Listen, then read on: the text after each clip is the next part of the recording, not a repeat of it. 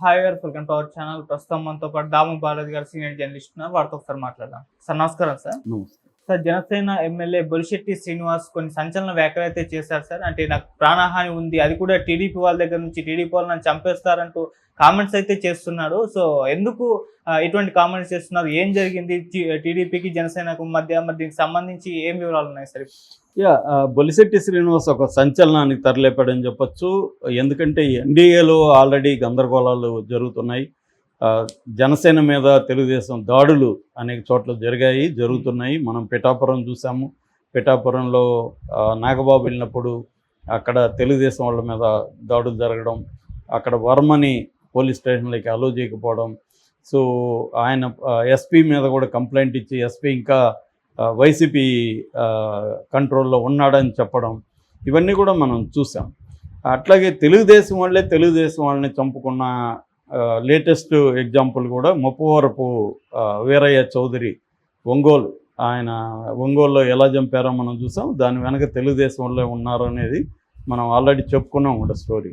అంటే ఎన్డీఏలో మామూలుగా ఏమవుతుందంటే ఒక 3 పార్టీలు కలిసి అధికారాన్ని పంచుకుంటున్నప్పుడు ఖచ్చితంగా ప్రాబ్లమ్స్ వస్తాయి. ఎందుకంటే తెలుగుదేశం వాళ్ళు గత 5 ఏళ్లుగా వైసీపీ వాళ్ళ దగ్గర దెబ్బలు తినడం ఇవన్నీ జరిగాయి. తెలుగుదేశంలోకి ఇండిపెండెంట్గా వాళ్ళకి 135 సీట్స్ రావడం, దానివల్ల వాళ్ళు ఆవురావురని ఉంటాడు. వనరులని తినేయాలి, పదవులన్నీ తమకే ఉండాలి, గవర్నమెంట్ ఆఫీసులు అన్ని చోట్ల తమ పనులే జరగాలి, ఎక్కడ ఏ ప్రోగ్రాం జరిగినా తామే డామినెంట్గా ఉండాలి. ఇవన్నీ వాళ్ళకు ఉండడంలో ఆశ్చర్యం లేదు. ఎందుకంటే వాళ్ళకి ఇండిపెండెంట్గా 135 సీట్స్ రావడం అనేది. జనసేన తీసుకున్నదే 21 సీట్లు, అది 100% స్ట్రైక్ రేట్తో వచ్చింది. కనీసం ఒక 30 సీట్లు వచ్చి పైన ఉంటే తెలుగుదేశం జనసేన మీద ఆధారపడి ఉంటే జనసేన కొంత వెయిట్ పెరిగి ఉండేది. ఇప్పుడు ఏంటంటే ఏ రకంగానూ తెలుగుదేశం జనసేన మీద ఆధారపడి లేదు. ఓన్లీ చంద్రబాబుకి ఒక భయం ఉంది, ఒంటరిగా నేను మళ్ళీ జగన్ మీద గెలవలేను అని చంద్రబాబు జనసేన మీద డిపెండ్ అయి ఉన్నాడు తప్ప కేడర్కి ఆ ఫీలింగ్ లేదు. సో మనం ఎందుకు ఇతనికి ఎంత ఇంపార్టెన్స్ ఇవ్వాలి, పవన్ కళ్యాణ్కి జనసేన వాళ్ళకి ఎందుకు ఇంపార్టెన్స్ ఇవ్వాలి అనేది వాళ్ళకు ఉంటుంది. జనసేన వాళ్ళు ఏంది, వాళ్ళకి 10 ఏళ్ళు పార్టీ పెట్టి 10 ఏళ్లలో వాళ్ళు ఫైట్ చేసుకుంటే ఇప్పుడు అధికారంకి వచ్చింది. అరే అధికారంలోకి వచ్చి మా నాయకుడు డిప్యూటీ సీఎం, కనీసం మేము ఇక్కడ అధికారికంగా కార్యక్రమాల్లో కూడా పాల్గొనకపోతే మాకు ఇంకేం మర్యాద ఉంటుంది అన్నది వాళ్ళ పరిస్థితి. సో దీనివల్ల గొడవలు అనేవి అనేక చోట్ల అయితే జరుగుతున్నాయి. బట్ అవన్నీ అవుట్ ఆఫ్ కంట్రోల్ అయితే కాలేదు, ఇప్పటివరకు కంట్రోల్లోనే ఉన్నాయి. ఎందుకంటే ఎవరు కూడా అవుట్ ఆఫ్ కంట్రోల్లోకి వెళ్ళడానికి సాహసించే పరిస్థితి లేదు. గొడవలు పడాలి, మళ్ళీ కలిసి ఉండాల్సిందే. దీన్ని మిత్ర వైరుధ్యం అంటారు. అటువంటి ఒక మిత్ర వైరుధ్యంలోనే నడుస్తుంది. అయితే ఇప్పుడు ఫస్ట్ టైము ఈ బొలిశెట్టి శ్రీనివాసు ఒక సంచలనమైన స్టేట్మెంట్ ఇచ్చాడు. అదేంటంటే నన్ను కొంతమంది చంపేసి బై ఎలక్షన్ వస్తే వాళ్ళు నిలబడాలని చూస్తున్నారు, మరో పిఠాపురం చేస్తామంటున్నారు అని కూడా ఆయన అన్నాడు. ఇది 2 రకాల డ్యామేజింగ్. ఒకటి, ఎవరు చంపాలని చూస్తున్నారు? జనసేన వాళ్ళు అయితే కాదు, తెలుగుదేశం వాళ్ళే. కానీ ఆయన తెలుగుదేశం అనే మాట వాడలేదు, కానీ ఇండైరెక్ట్గా తెలుగుదేశం వాళ్ళు అన్న సెన్స్తోనే మాట్లాడాడు ఆయన. ఎందుకంటే మరో పిఠాపురం అంటే అర్థం ఏంటి? అక్కడ కూడా తెలుగుదేశం జనసేన మధ్య గొడవలు జరుగుతున్నాయి. సో ఇక్కడ అదే జరుగుతుంది. సో ఆయన తెలుగుదేశం వాళ్ళు నన్ను చంపేసి బై ఎలక్షన్లో వాళ్ళు పోటీ చేయాలని ఆలోచిస్తున్నారు, ఇది నేను సహించను. నాకు ఎవరో త్యాగాలు చేస్తే నేను గెలవలేదు.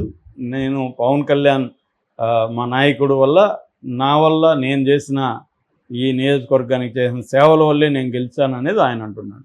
చిన్నగా కొద్దిగా ఆయన బ్యాక్గ్రౌండ్ చూస్తే ఆయన 1981లో యూత్ కాంగ్రెస్తో మొదలైంది ఆయన రాజకీయ జీవితం.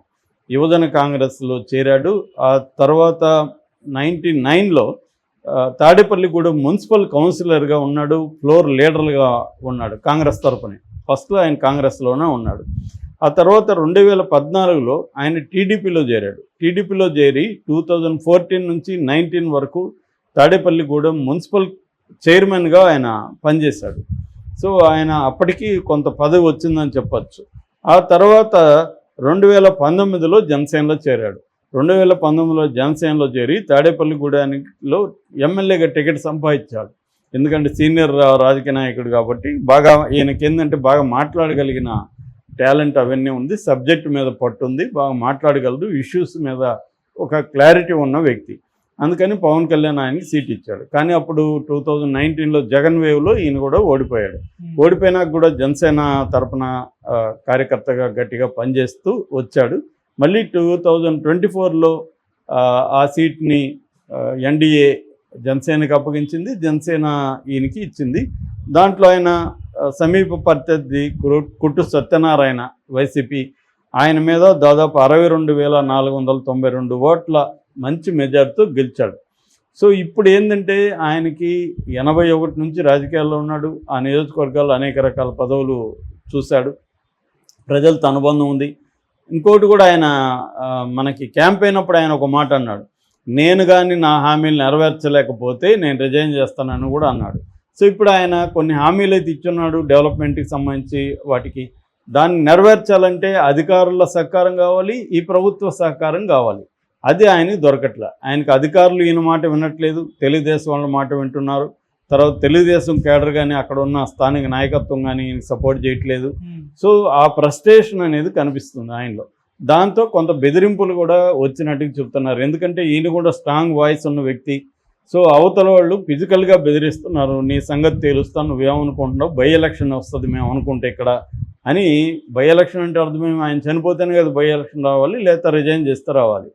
సో అందుకనే ఆయన దీన్ని ఓపెన్ చేసేద్దాము, లేకపోతే నాకేమన్నా థ్రెట్ ఉంటుందేమో అన్నట్టుగా ఆయన మాట్లాడాడు అనేది చెప్తున్నారు. దీని మీద పవన్ కళ్యాణ్ రంగంలోకి దిగబోతున్నాడని, పవన్ కళ్యాణ్ ఈ ఇష్యూని సాల్వ్ చేయడానికి ట్రై చేయబోతున్నాడని అంటున్నారు. ఆల్రెడీ అక్కడ ఈయనకి కొంత వివాదాస్పదమైన మనిషి అని కూడా పేరుంది. గతంలో కూడా ఈయన అల్లు అర్జున్ విషయంలో అల్లు అర్జున్కి ఫ్యాన్స్ ఎవరు ఉన్నారు, మొత్తం నా మెగా ఫ్యాన్సే కదా అని స్టేట్మెంట్ ఇచ్చాడు. అల్లు అర్జున్కి నెగిటివ్గా కామెంట్ చేశాడు. తర్వాత వితిన్ జనసేనలో కూడా 2022లో నాదెండ్ల మనోహర్ మీద కూడా ఈయన ఓపెన్గానే కంప్లైంట్ ఇచ్చాడు. అధినాయకుడిని కలవడానికి ఇక్కడ గుళ్ళో పూజారిలాగా ఈయన అడ్డుపడుతున్నాడు, నేను పవన్ కళ్యాణ్ కలవలేకపోతున్నాను నాదెండ్ల మనోహర్ వల్లే అనేది కూడా ఆయన అప్పట్లో అన్నాడు. అట్లాగే ఆయన తనని సస్పెండ్ చేశారనే వార్తలు పుట్టిస్తున్నారు కొంతమంది జనసైనికులే. నేను జనసేనలో భీష్ముడు లాంటి వాడిని, నేను అనుకున్నప్పుడే నేను బయటకు వెళ్తా కానీ నన్ను ఎవరు బయటికి పంపించలేరు అనే మాట కూడా ఆయన వాడాడు.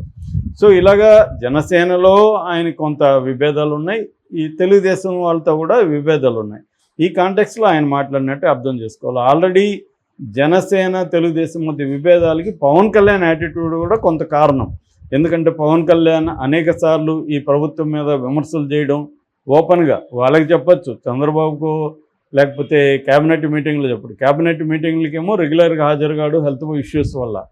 కానీ బయట చెప్పడం, తిరుపతి విషయంలో కావచ్చు, లడ్డు కావచ్చు, తిరుపతి తొక్కిసలాట కావచ్చు, కాకినాడ పోర్టు కావచ్చు, తర్వాత లా అండ్ ఆర్డర్ విషయంలో ఆమెరు అనితని మాట్లాడడం కావచ్చు, ఇలా అనేక విషయాల్లో చంద్రబాబుని విరుకును పెట్టే విధంగా ఆయన ఒక ప్రతిపక్ష నాయకుడిలాగా మాట్లాడడం అనేది ఇబ్బంది. అన్నిటికంటే కూడా అక్కడ వాళ్ళ 10 years అయిపోయిన సందర్భంగా పార్టీ సమావేశంలో కూడా ఆయన ఏం మాట్లాడాడు, 40 ఏళ్ళు వయసున్న తెలుగుదేశాన్ని నిలబెట్టడంలో కూడా మన కృషి ఉంది, మనమే నిలబెట్టామన్నట్టుగా ఆయన మాట్లాడాడు. మనం పడిపోయిన వాళ్ళు లేసాము, మనం లేయడమే కాకుండా 40 ఏళ్ళు ఉన్న పార్టీని కూడా నిలబెట్టామన్నాడు. ఇక్కడ చాలామంది నువ్వు కూడా నిలబెట్టడానికి తెలుగుదేశం 130 సీట్లు వచ్చాయి అనేది వీళ్ళ వైపు నుంచి వచ్చింది. సో అట్లాగే నాగబాబు కూడా అక్కడ గెలవడానికి పవన్ కళ్యాణ్ జనసేన కేడరే కారణం అన్నాడు తప్ప తెలుగుదేశం వాళ్ళు కాదు, తెలుగుదేశం వాళ్ళ పేరు ఎత్తలేదు. అలాగా పవన్ కళ్యాణ్తోనూ పార్టీకి ఇబ్బందులు ఉన్నాయి, నాగబాబుతో ఇబ్బందులు ఉన్నాయి.